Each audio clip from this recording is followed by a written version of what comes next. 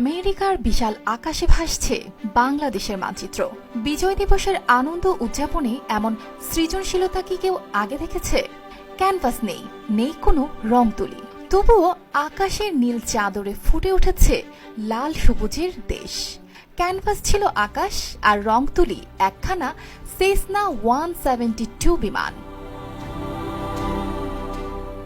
প্রায় 3.25 ঘন্টা ধরে আকাশকে মঞ্চ বানিয়ে পাইলট ফাহিম চৌধুরী এঁকেছেন এই অসাধারণ মানচিত্র।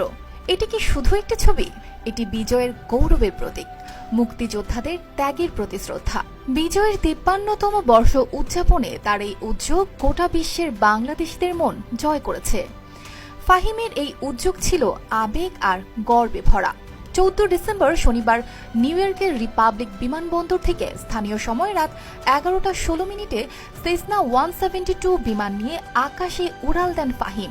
মাঠের অলরাউন্ডার আমি, আর ঘরের allrounder Tylox. Tylox toilet cleaner, clean মানেই টাইলক্স। প্রায় 2 ঘন্টা 38 মিনিট ধরে মাঝ আকাশে উড়ে তিনি সম্পূর্ণ মানচিত্রটি তৈরি করেন।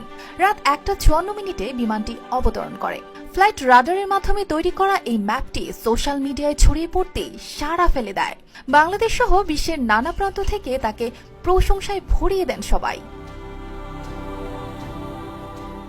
ফাহিম জানিয়েছেন, বাংলাদেশের স্বাধীনতার 53 বছর পূর্তি উপলক্ষে একটি বিশেষ কাজ করার ইচ্ছা থেকেই এই মানচিত্র আঁকার পরিকল্পনা করেন তিনি। ফ্লাইট রাডারের মাধ্যমে বিভিন্ন ধরনের সৃজনশীল জিনিস আঁকার ধারণা থেকেই তিনি অনুপ্রাণিত হন। তিনি বলেন, আমাদের দেশের ইতিহাস সংগ্রামের, ত্যাগের। তাই আমি এই মানচিত্র তৈরি করে মুক্তিযোদ্ধাদের প্রতি শ্রদ্ধা জানাতে চেয়েছি। এটি আমার দেশপ্রেম ও তাদের আত্মত্যাগের প্রতি ভালোবাসার প্রতীক। ফাহিমের এই যাত্রায় তার পাশে ছিলেন বন্ধু আসাদ আব্দুল্লাহ। পুরো সময় তিনি ফাহিমকে সহযোগিতা করেছেন। ফাহিমের মতে এই কাজটি ছিল এক নতুন অভিজ্ঞতা, যা তার জীবনের অন্যতম স্মরণীয় মুহূর্ত। ফাহিম আরও জানায়, মানচিত্র তৈরি করার সময় তিনি গভীর আবেগে ভেসে যান। তিনি বলেন, আমাদের মুক্তিযুদ্ধের ত্যাগ ও সংগ্রামের কথা মনে পড়লে দেশের প্রতি ভালোবাসা আরও গভীর হয়। শহীদ মুক্তিযোদ্ধাদের প্রতি শ্রদ্ধা জানাতে পারা আমার জন্য বড় প্রাপ্তি। ফাহিম বাংলাদেশের গ্যালাক্সি ফ্লাইং একাডেমি থেকে প্রাইভেট পাইলট লাইসেন্স অর্জন করেছেন। বর্তমানে কমার্শিয়াল পাইলট লাইসেন্সের জন্য মার্কিন যুক্তরাষ্ট্রের প্রশিক্ষণরত আছেন।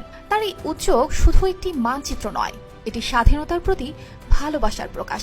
এটি প্রমাণ করে যে দেশপ্রেমের জন্য কখনো কোনো সীমা থাকে না।